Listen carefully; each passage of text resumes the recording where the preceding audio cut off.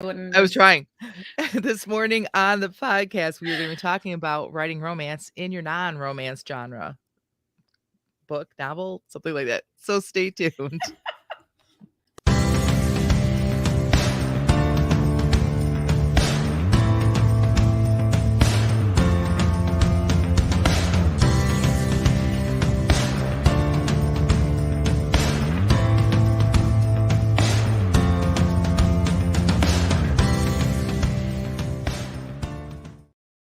Welcome to the Christian Indie Writers Podcast, where we inform, encourage, and support Christian indie authors on their journey to publication.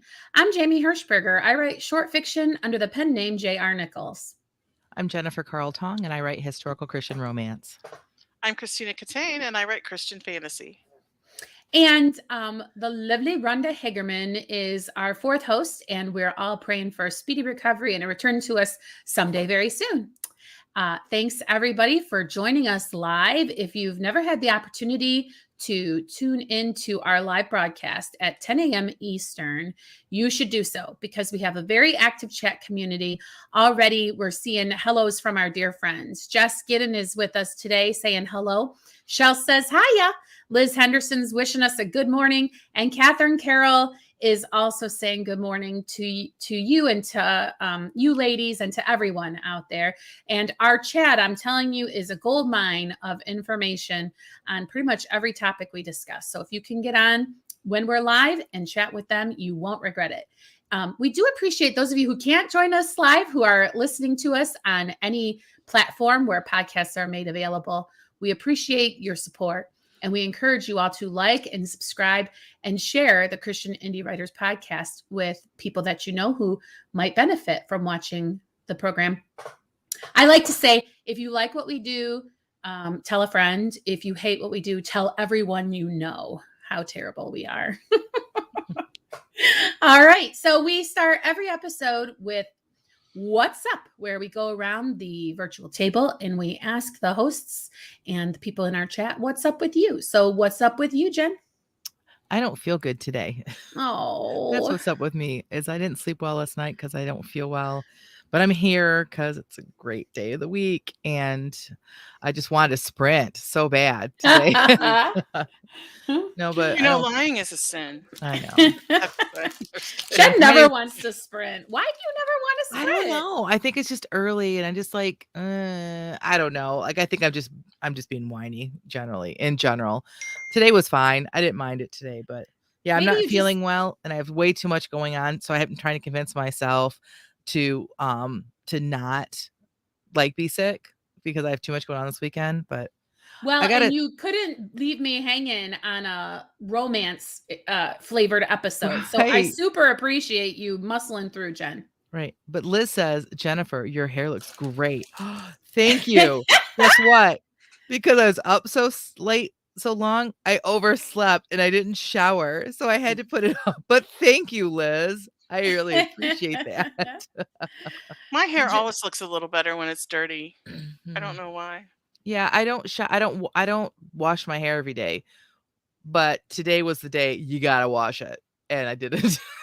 So, but thanks, Liz. I appreciate that. Jess says, I have an exciting what's up to share. Yesterday, I had a huge prayer answered, all in God's timing, y'all. Yay. Oh, amazing. That's awesome. So, all right. And what's up with you, Jamie? Well, I don't remember. It's like I had something I was going to say during I know. Okay. So this morning, I don't know if everybody realizes this, but on my Facebook author page, which is J.R. Nichols, I will go on there about an hour or so before we podcast, depending on what time I finally get around to getting my personal prep done for the show. And I'll listen to music, and whatever it is going on in my head, I will go and find it on YouTube and I will play it to try to calm the earworm that's happening. And then typically it leads me down a rabbit hole of, well, what about this song? What about this song? And a lot of times I really like to sing along, and I feel like everybody should know about these songs. And also like Misery Loves Company, if you have an earworm, you want to infect others with it. Mm-hmm. So I just want to share that I do that because today I shared all instrumental pieces which is interesting because they were instrumental pieces that made the charts, because typically what I like is popular music and things that have charted. So I would encourage you to go and listen to those songs. And can either of you think of a song that is like no words, but was still a super popular song? Kenny G. There you go. Oh my goodness. Songbird? Yeah. I don't even know the name. I just know it's Kenny G, but there's only one song I know of his, but yeah. Yeah. I don't remember the name of the one, what it was called, but it was the Electric Light Orchestra. Back in the 80s, it was big. I don't remember the name of it though. Chariots of Fire. Oh yeah, that's another one. Oh goodness. Now there's one that'll give me an earworm too. There you go. You're welcome. Yeah, and then you want to sing it and you're like singing the melody that some instrument is playing, and you're just kind of like you don't even need the words. You're just going la la la, and it's like a bizarre thing, I feel, to try to sing an instrumental. Mm-hmm. Well, I wonder if that's how these a cappella groups started, with these people that are doing just that, like they're creating the music with their mouths. Oh yeah, that's crazy. So I tried beatboxing the other day. Wasn't so how'd great. that go? Not so well. Was there an audience? Thank God, no. I was thinking about something and about when I was a teenager, because beatboxing was a big deal then, and so I was like trying to do the, and I could not do it. I was just like, oh, I'm so glad there's no one here to witness this. But now I'm sharing that I did that. So did you ever hear the trick of just saying boots and cats over and over, and that's a way to like let's hear it. Beatboxing? I was gonna have you do it. Just leave me out of this. Oh, all right. Jess says, I'm first sorry. I wanted to say that Jess wants you to feel better, Jen. Oh, thanks, Jess. And she's encouraging you to rest. Go ahead. Liz says, I usually write to Piano Guys music, instrumental versions of popular songs. Lyrics affect my thoughts. Yes.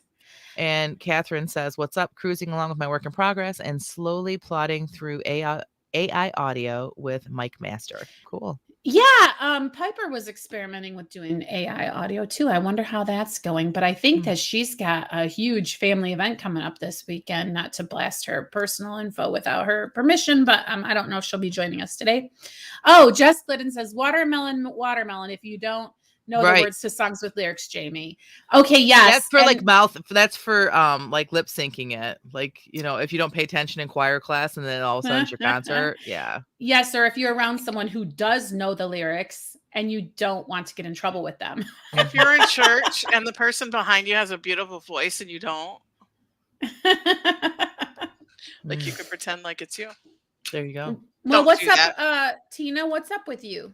First of all, I have to tell Liz that I have a playlist that I sometimes listen to when I'm writing, and it's on Spotify, and it's fantasy themes set to piano and violin.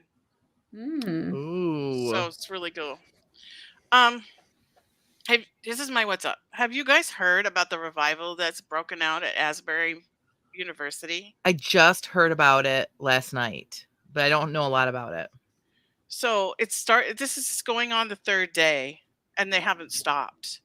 And like they have the musicians are like changing out every 45 minutes, and there's no lyrics on the screen because it's not like, it's totally improvised. Somebody that I know went there, and I think you might know him too, Daryl Blank. Yeah, he's a friend of mine. He went there, and he was there for like 5 hours, and he had to go, but he didn't want to go. He felt like he was stuck to his seat, and so he walked towards the back and sat down again for a while, and then he got up to go, and he like stood against the back wall for a while, and so finally he went outside, but still felt like he didn't want to leave. So he walked around the entire building, and he said the wind was blowing pretty hard. But no matter which side of the building he was on, north, south, east, or west, the wind was blowing toward the building. Wow, that's incredible. I can't tell you how badly I read that this morning when I woke up. I wanted to just drop everything, tell you guys like sorry, and get in my car and drive to Kentucky. Well, I'm glad that both of you didn't phone a friend or phone it in today or whatever you want to say. That would have been an awkward podcast for me. God can blow the wind this way. And speaking of earworms, for like the last 2 weeks, that song "In Jesus' Name" by Katie Nicole has Mhm. just been running in a loop over and over again in my head. And when it comes to that verse that says, I pray for revival, restoration of faith, I pray that the dead will come alive in Jesus' name. I just keep Mhm. picturing the faces of my 3 boys who had faith as when they were growing up and rejected it as adults. And, Mhm. like, I don't know, it just makes me wanna cry, like, reading about that and just like, "Please, God, just send the Mhm. wind this way." Amen. Yeah, Like, amen. that's my what's up. I have not talked to Daryl, and I didn't see he must have posted on Facebook. I did He not did, see yes. that. But I was hanging out with a mutual friend that my friend Linda, and he had spoken with either her or her husband that day, and he said that he on Sunday had preached on interruptions and how we have to allow interruptions in our life because we get so busy and God sometimes is trying to stop us because there's something else there that we're supposed to be doing. And then this broke out and God said to him, "What did you just preach on?" And he's like, because so if those of you don't know, Daryl Blank is the pastor of Springdale Nazarene Church of the Nazarene. It's a very large church with different campuses in Ohio, and you can find him on he has a Facebook page too if you want to follow him because he always shares really great stuff, and he's a good solid person. Like he's not a mega church kind of pastor. He's Yeah. a real solid a pastor anyway.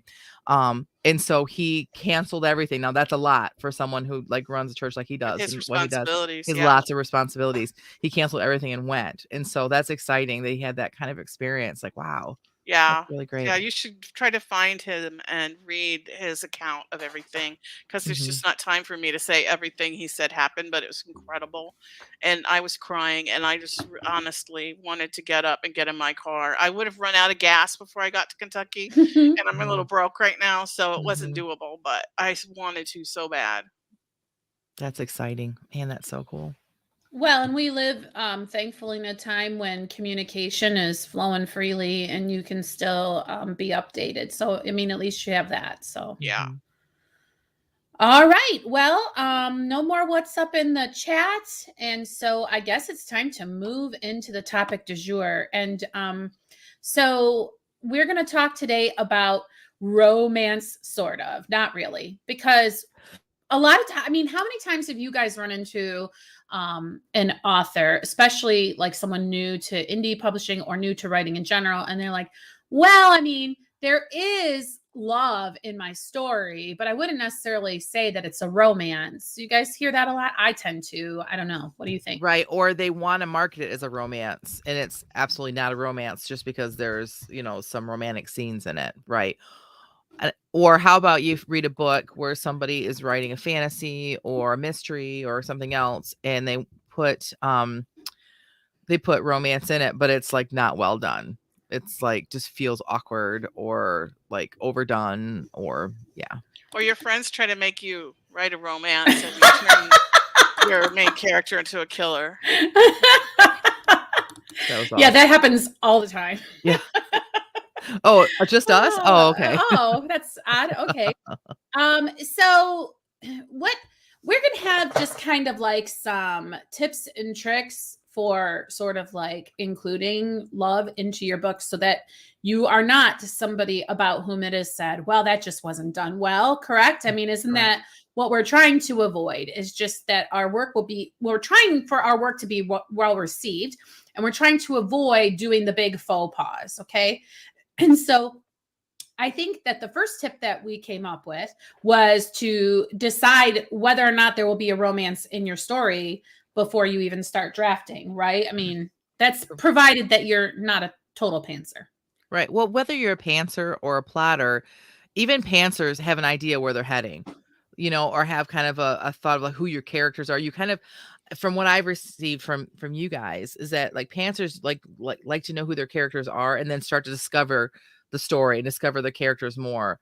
And so my suggestion now understand your results may vary, but my suggestion is yes, you need to know before you begin writing because I've read books where you can just tell that like maybe there wasn't enough story there. Maybe there wasn't enough like happening. So they just throw a romance in there and it just doesn't always fit. I've watched movies like that before too, where you're just like, that was just not necessary. right? So, and like every other choice you make about your novel, I think it does. If it doesn't move your story forward, don't use it. Would you guys agree with that? Absolutely. And that would go with anything that you do in your story. Agree. Agree. Yeah. And so when I say like don't just like throw it in there. So like if you are leaving your story in order to put the romance in there, like don't do that. Like so whatever the conflict in your novel is, it needs to continue throughout the story. So like let's say like if in chapter 5 your character is running from the mafia, you can't take chapter 6 out for the two characters to be sitting in a coffee shop talking all night looking longingly into each other's eyes. That would feel awkward. That's what we're talking about with the awkwardness. It doesn't make sense to do that. So whatever your conflict is, that has to affect the romance and it has to like continue on throughout the whole story. You can't stop what you're writing just to put the romance in. Well, and I think that if you want to make the argument that it is possible to completely pants and then accidentally include a romance, then I would argue, and then there are people who are just like, who would make the argument, just go ahead and publish it. But then I would not do that. I would then go back into the work and be looking out for stuff like that, Jen, right? So Right. if you stumble upon a romance as you're discovering your book, evaluate it to this criteria during your edit. There's, Mhm. you know what I'm saying? So like some people who are pantsers get frustrated and sort of abandon their project when it comes to the editing part because it feels like the part they didn't want to do with the plotting, because it very much is the part of the craft where you start to take your lump of clay and decide once you know the shape that it is, you know, fix the flaws. I mean, because there is a standard, whether you like it or not. And you do not want for this kind of a scene to happen to where supposedly this person is, like your example is great, Jennifer. They're running from people who want to kill them. And then all of a sudden, poof, there they are just taking a whole night in a public diner with the big lights. And like, it just doesn't work. Right. So even if you're a total pantser, just remember that the standards exist for a reason. They're Right, and not arbitrary. And I love what you said too, because my advice is to decide before you start writing. But if you are pantsing it, or even if not, and you discover a romance as you're writing, then if it fits this criteria, if you feel like it moves your story forward and that it fits without destroying the conflict in your book, then it's worth going back and like Jamie said, and fixing the flaws and making it fit and making it more realistic, which brings us to our next point, which is it needs to Can I be say something yes, before we move on? absolutely. I'm like a hybrid between a plotter and a pantser. So I have like plot points, but then I pants the scenes as I write them.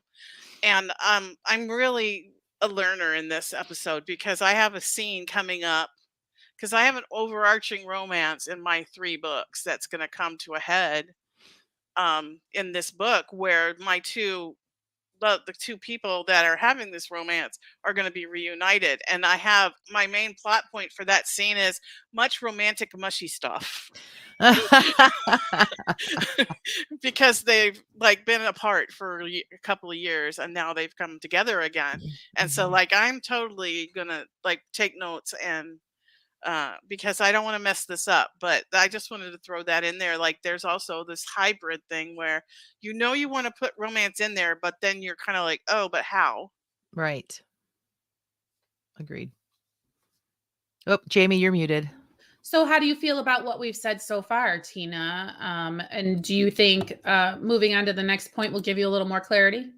Yeah, I definitely think the romance has been something that's moved my story forward because it was the motivation for my main character to be reunited. And so I feel like the reunion scene needs to be really powerful. But I'm not a romance writer, so I need all the help I can get. Mm. All right, Jen. So take it away. What's your next tip for Miss Tina? Make it believable. So, Hmm. love at first sight is really a hard sell in a regular romance. It really is. But in a regular romance, like I'm sorry, it's a hard sell in a regular romance. It's going to be even harder if your book is a non-romance book because your non-romance readers don't want the unbelievable stuff, correct? So love, because let's think about this. Love in real life is complicated, so it should also be that way in your story. In real life, people like resist attraction.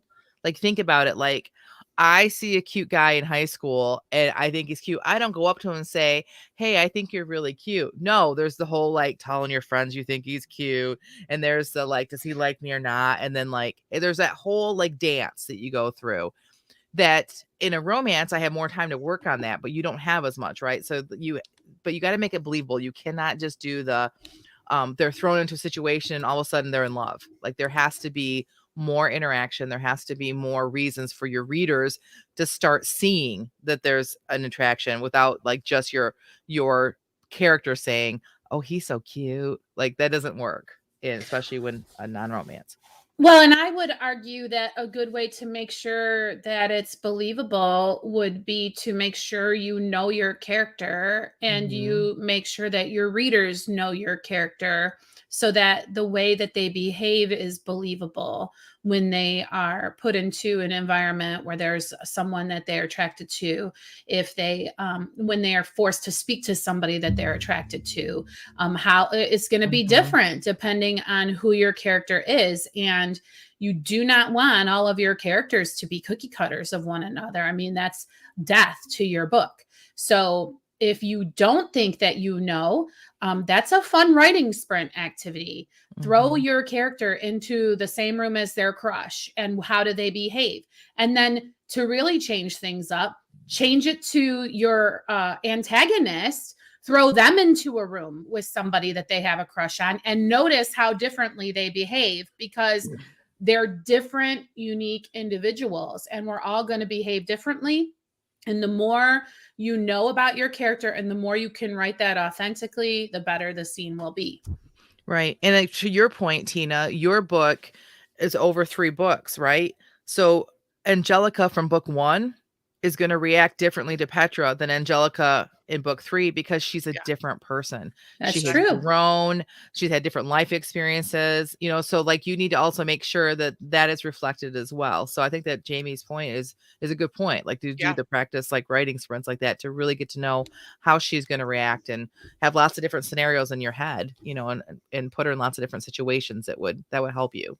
So, Well, and that's very conveniently leads to our next tip, which mhm, is to give your characters a backstory together. And Tina, all that hard work has been done for you right. because yes. because you have 2 volumes of a backstory. Yeah, and I already wrote like they were childhood best friends together, and so like this romance has built organically over time. Mhm. So Yes, and Tina just gave us the info dump version of 2 whole books worth. So do not do that.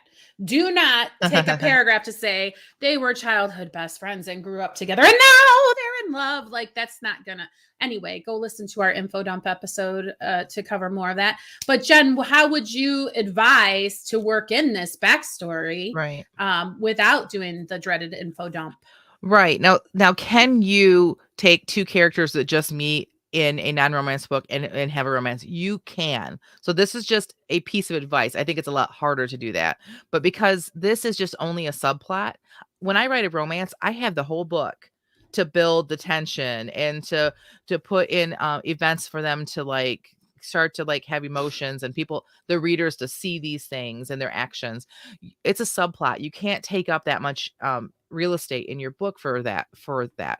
So but when you create love between 2 strangers, it's limited to how far that romance can go too. So I say my advice is create a backstory, like they already have some sort of relationship or back history somehow, because that will go a long way in making it more believable and it will help you out a lot more for creating that romance.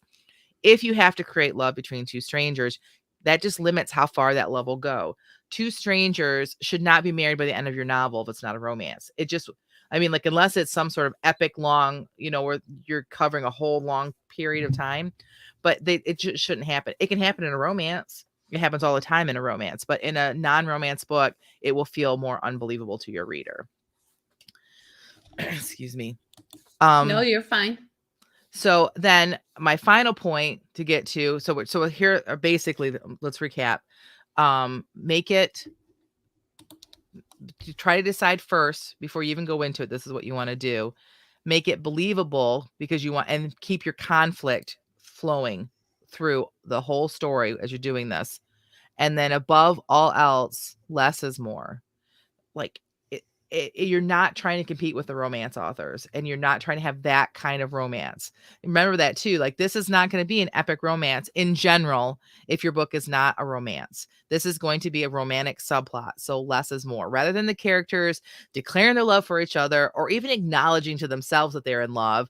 Just have the characters sacrifice for one another or for the other, or protect the other, or they can do something physical that is real for that person that shows your reader that there is a romance here. Because remember, we have to trust our readers. You don't have to lay it out and tell them everything. Let them just see that, oh my gosh, they're in love, without them, the two characters, ever acknowledging that they have any sort of emotions. That'll go a long way for a romantic subplot. Your characters don't even have to kiss for there ever to be some sort of like really romantic like event between, or for your readers to be able to see a relationship budding there. They can kiss, but they don't even have to.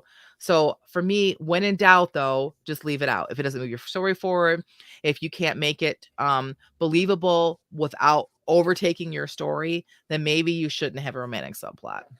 I know in my trilogy, I have this one kiss, and then every now and then, like maybe once, maybe twice, not either one or the other in the next books, will think about that kiss. Mm-hmm. Just like a couple of sentences, Mm-hmm. just to bring it back to the reader's mind and to show that, they're missing each other, but there's all this stuff happening at the same time. So that's kind of how I've handled it. Well, and a couple of things I would like to address. Liz says she might have married off some characters by the end of her book. That's okay. Again, we're giving sort of general advice, and if you wanted to like say, why are we giving this advice? I'm sure that each of us could say why this even came up in our outlining process, but suffice to say, we ran into at least one instance of it being done badly, and we thought this would have fixed it if we could have given that person this advice. So if it doesn't apply to you, that's completely fine. Also, I just want to say, if you're listening to us and you're totally a pantser and you're just kind of like, oh, but then, I would say to you, just go ahead and write your stinking story. Get it written, get it down, because I firmly believe that the real crafting is done for a pantser in the editing process. So I don't think you need to worry, I didn't do this or I did it wrong or whatever, because you are just basically, I want to say like vomiting out, like you're getting the material there that can be shaped into the story that you will then share with others. And so you don't need to hit all of these things right now. You can worry about these things later and just kind of have them in a mental poster on the wall. Is it conforming in this way, in this way? And at the end of the day, you need to be happy with the product that you put out to the world. We're just giving you some advice and some things that were jarring to us when we encountered them in the wild. And we just want to prevent you from having a bad reader experience, if we can. Agreed. Yeah. All righty. Oh man, Jess Glidden is quoting song lyrics. You all are getting so many songs stuck in my head. The reunited word over and over was a Peaches and Herb thing. And now Lita Ford. Oh goodness. All right. So I think that's pretty much it about including romance in your non-romance book, right, Jen? Agreed. All right. If everybody's finished with that, we will move on to my favorite part of Fridays, which is the feeding of the bags. Why do you call it that? Well, because everybody would go around the table and get feedback at our writing group. And then since it was called feedback, I would say, is your back well fed, so that we can move on to the next person without leaving this person feeling like, but I needed more feedback. So we're going to give each other positive only feedback about these pieces because they were created impromptu just before we went live. And we would like to encourage you to sprint along with us. And this week, what was our prompt, Jen? The prompt was, He swore he just saw his sushi move. And if there's ever any proof that we do not coordinate our sprint prompts to match with our theme, this is it. This was a random sentence generated by a website or something. And so, Jen, what did you write today? Well, first of all, I want to say that as soon as we were done writing, Tina threw down a challenge. Tina said, "Well, boy, that sure wasn't fitting for romance." Oh yeah? Well. No, but I said I was. Oh, I thought you said it being sarcastic though.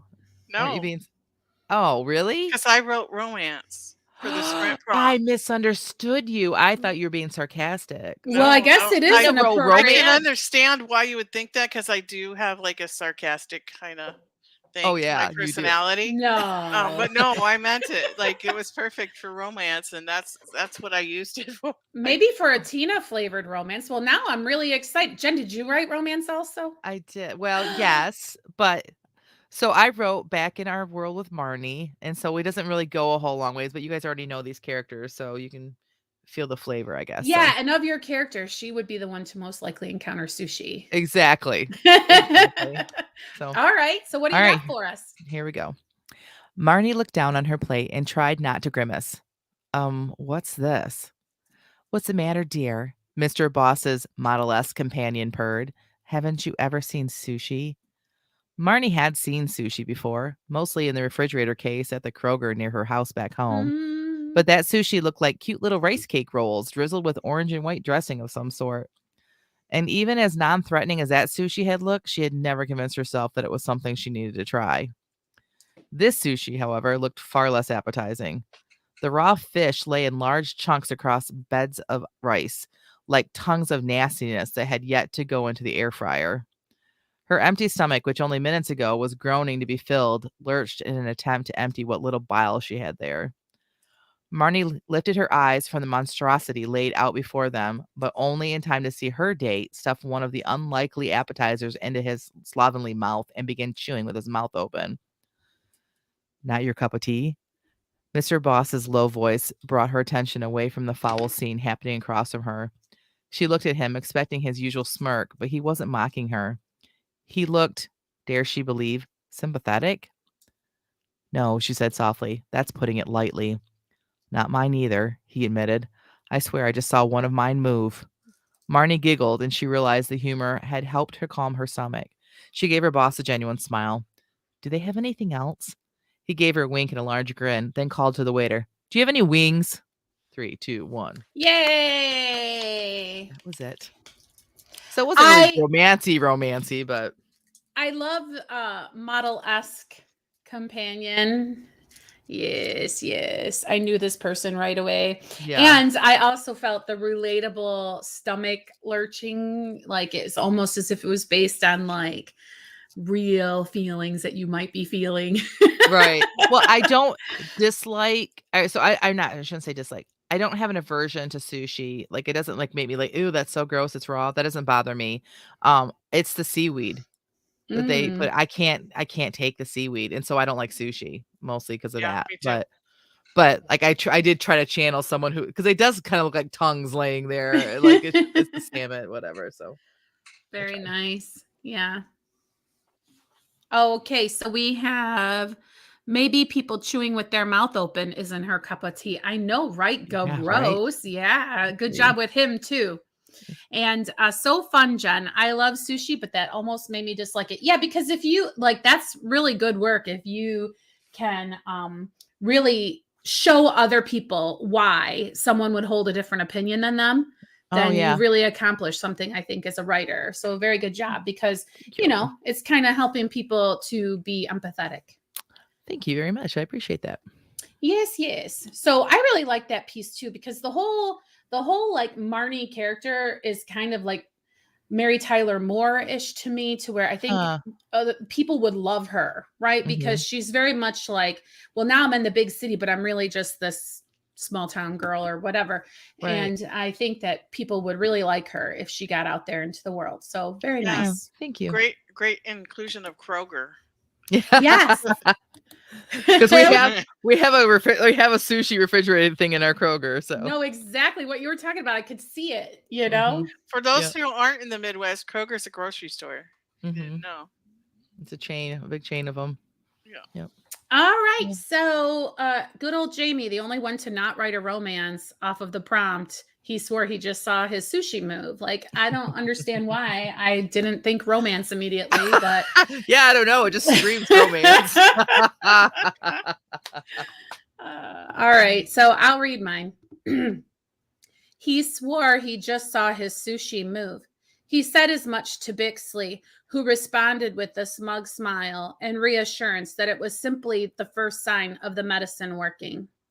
He hated Bixley, and not just with the hatred born of resentment and jealousy.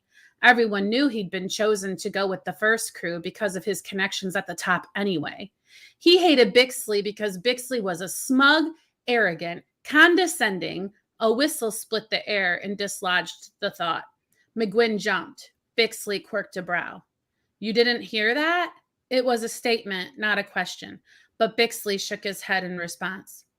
Auditory hallucinations is a sign that we need to get you to your berth ASAP. He rose, and McGuinn followed him down a long passage to the room he'd been shown earlier. Once this door closes, Bixley said, you won't be able to come out. Not until the end of the journey. You sure you're ready? Normally, this question would have elicited a snarky response from McGuinn, such as, how would I know? You're the expert, remember? But McGuinn was so absorbed by the feeling of calm and sanctuary these familiar surroundings infused into him. There was the picture of his mother brought from home. There was the squishy white duvet and welcoming pillow beckoning to him. There was the snake plant and the whirring fan and the sound of the ocean from the white noise machine. I am more than ready, McGuinn said, realizing his surrender was what Bixley needed, a technicality that had been discussed before boarding and forgotten until now. McGuinn was suddenly relieved at having avoided the embarrassment of mouthing off. The embarrassment mouthing off would have cost him. And the flood of good feelings only enhanced his desire to collapse onto the marshmallow cloud that was his waiting bed. Bixley gave a curt nod and was gone. 15 minutes later, so was McGuinn. Like gone, like dead? Dun, dun, dun. I guess you'll have to read chapter Like, 2 to find out. Is there going to be a chapter 2? I mean, like in my imagination, there's a whole novel, but like, put it on the list, okay? No, this is next. This one is next on the list. Oh my word, You have to write Jamie. the next part next week at this point, no matter what the prompt is. Oh my goodness. So good.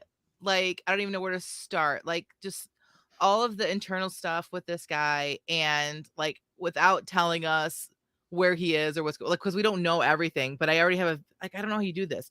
I don't know what's going on or where he is, but I already have a vision of all. I can see all of this stuff as you're explaining. I have like this vision of it inside of a spaceship, and they're putting him in a pod, and they're like sending him off into space, and he has to be in like what do you call it? Stasis. Something Suspended animation. Yeah. Suspended animation and all that. So like I have this whole scenario already in my head that may have nothing to do with what you wrote. But that's what I'm like envisioning. And see, I was thinking more like it's in like some like either underground or kind of far away, like type of like bunker kind of thing where they're doing science experiments, like very sci-fi-y, but I didn't think about space. It could be space. Yeah, very exciting. Yeah, very good, Jamie. Like you seriously got to move this up the notch to write more about this. Yeah, you've definitely piqued our interest. Wow, that's exciting. Thanks. Liz says, or maybe he drifted off to sleep. He did call a bed in Marshmallow Cloud. Yeah, but see, I know Jamie too well. Like that's like you hope that's what it is, but she may have just killed him off. We don't know. That's why we need a chapter 2. That's right. Shell says, right. Jamie, always so many great details. Agreed. Thanks, absolutely agree. Shell. Thanks. I love Friday. Friday's my favorite. All right, Miss Christina Catane. Let's hear what Tina's take on this prompt is. So I love that it's so different. If you want to like another earworm, you could be like humming Bad Romance in the back of your in the background while I'm reading. Awesome. Okay, here we go. Sherry couldn't believe this was happening to her. Her hands were clammy and her heart fluttered. She took the fourth drink of her water in as many minutes. Her glass was almost empty, and she hoped the waitress would be prompt with a refill. She did her best to appear calm, cool, and in control. What did that even look like, anyway? She tried to look at anything but him, afraid that he would see her gazing at him adoringly and be disturbed by the intensity. Are you okay? Is this restaurant not what you wanted to eat? Sherry twisted her napkin in her lap. Oh no, it's all really wonderful. First date jitters, I suppose. She smiled, trying to appear nonchalant, hoping she didn't look ridiculous. I know what you mean. My stomach is a bit fluttery. I hope the waitress comes with refills for our water soon. Sherry tried to stop her mouth from dropping open. Was Todd Bartholomew really nervous about going on a date with her? He was practically an Adonis. She was sure he could date anyone he wanted to. A nervous giggle escaped her lips and she covered them with her hand. She looked up at him then, her stomach flipping when she saw him gazing at her adoringly. Aw. What was happening? Was this all a dream? If it was, she hoped she never woke. So, tell me about this book you're writing. He took another drink of his water, patting his napkin against his lips. Were his hands shaking? Well, it starts an imaginary world called... Soon Sherry found herself deep into an explanation of the world she created, all the characters that she loved, and the horrible circumstances she planned to put them through. Caught up in the excitement, she forgot how nervous she was until the waitress came with their food. As she walked away, Todd smiled at her, his dimples making her chest tighten. Wow, you are really passionate about all that. That's great. Sherry didn't know what to do with the compliment. She felt the heat in her cheeks. She snuck another look at his face, his perfect Roman nose, full lips, piercing blue eyes. Green skin? Uh-oh, what was happening? He was staring at his plate, then he put his hand over his mouth. I think my sushi just moved. Then he jumped from his seat and rushed toward the restrooms. Oh, poor guy. The end. Oh. Oh, that was very sweet. Yeah, it was. I really liked it. So I feel like it was almost like a high school romance. Yeah, I That's was a- thinking like high school, like he's the dreamboat of high school, and Mm-hmm. yeah. That's fun. I really enjoyed that. And see, I think that was a good example of like, romance. Like that could totally fall into like, yeah, it wasn't overdone is what I'm trying to say. So yeah. I really thought you enjoyed were taking a sci-fi turn with the green skin. Like Me suddenly he too. was revealing that he was a reptilian or something. I absolutely thought the I'm same sorry to thing as well. disappoint. No, it was not disappointment. That's I hilarious. liked it. It was good because that's how you revealed that he was absolutely nauseated. I think that was a really good detail. Right. It got my attention. Mm-hmm, You know for what I'm sure. saying? So like, well done. So Very well done. mhm. Thanks, guys. Yeah. All right. So we hope that you will take 15 minutes out of your day to write to this prompt and that you will share them with the group over in our Facebook group, the listeners of the Christian Indie Writers podcast. We have a very supportive community willing to give you positive only feedback if you post your sprint. And why not exercise your writing muscle at least once a week by doing this writing prompt? You will get better at writing by doing it over and over and over. Even if you don't share the sprint with anybody because you're feeling too vulnerable or whatever your reasons, the act of writing will make you a better writer. So we want to encourage you to do the writing sprint. Okay. All right. So I guess we will move on to our final segment of the show, which is the What's Next, where we, just like we found out what's up, we're going to find out what's next for everybody. So Jen, what's next for you? I have been editing. Ooh, yay. So, Good for I you. know, right? I mean, like you're happy, right? I'm Like, happy. Yeah. Okay. So I'm not to the level that I used to be as far as my my career, but like I'm doing it and I'm Mhm. fitting it in and I'm doing it and I'm not hating it. And I do love these characters. I do love this book.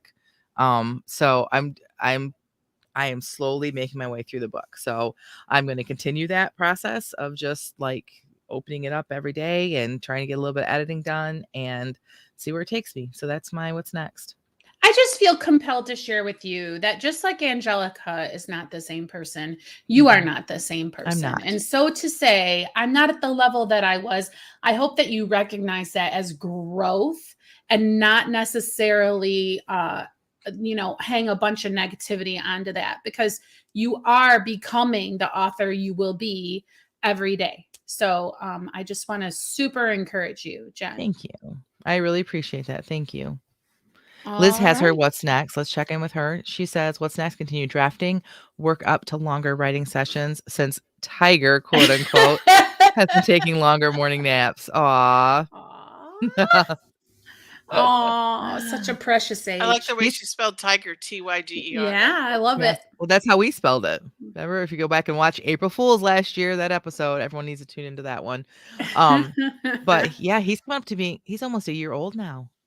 What? Wow. He's 10 months old. Wow. Or close. No, I guess not. It's been almost a year since that episode. I guess close. Wow. Yeah. I don't remember Time flies, doesn't it? Yeah.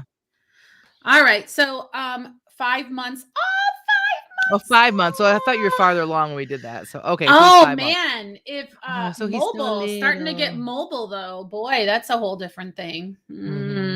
So exciting. Yeah. So adorable at that age. I would like to share my what's next. I am editing my futuristic book, and I'm so very happy with it. I thought so interesting because I finished it in August of 2021, and I would like to think that it was going to be published. But I remember I had sent it off to the person who does my editing, and I know what would have happened. I know it would have come back from that person, and then I would have made all of the changes that I'm making right now. Because fact of the matter is, I still have not published my first novel, and I'm still trying to figure out my process. And when I talk to you guys about things like taking the clay and putting it on and then finessing it, it's just more what I've discovered how I personally do things. And it's so interesting because everybody's like, how many times do you do an edit? Or they'll ask me a question like that. I'm just like, I don't know. And so it's all still for me discovering how I work. And so it's a lot of the fun of it. But I have opened up my manuscript every day and read what I did the day before. And sometimes there's something I want to change from what I did the day before. But eventually I leave that piece behind and I move on to the next thing. And I really do not have any desire to start at chapter 1 and make any more fixes, which is famous last words, because undoubtedly I will get it into the booth to try to do audio if I do, because right now I'm not motivated to do that.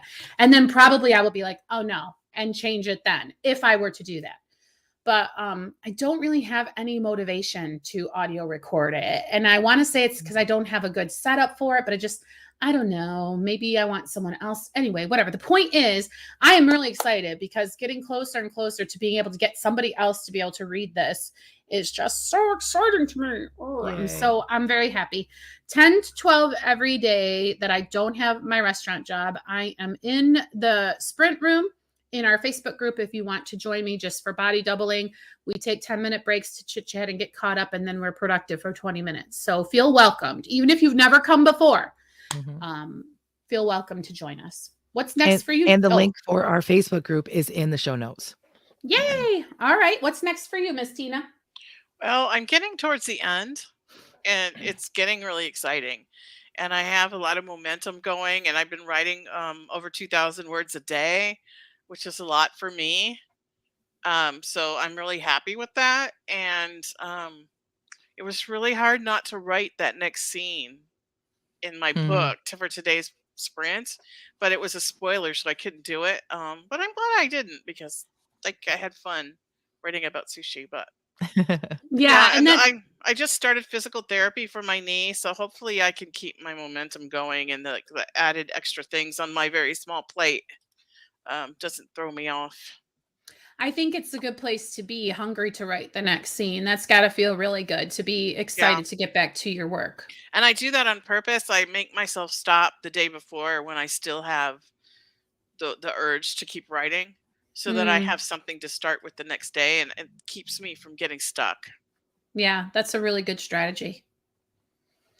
All right. Well, Catherine's congratulating me. Oh, thanks. Yeah, I'm so jazzed. Okay. And I think that's it, right? Did we cover everything? I think we Think did. so. All right. Well, then that concludes this episode of the Christian Indie Writers Podcast.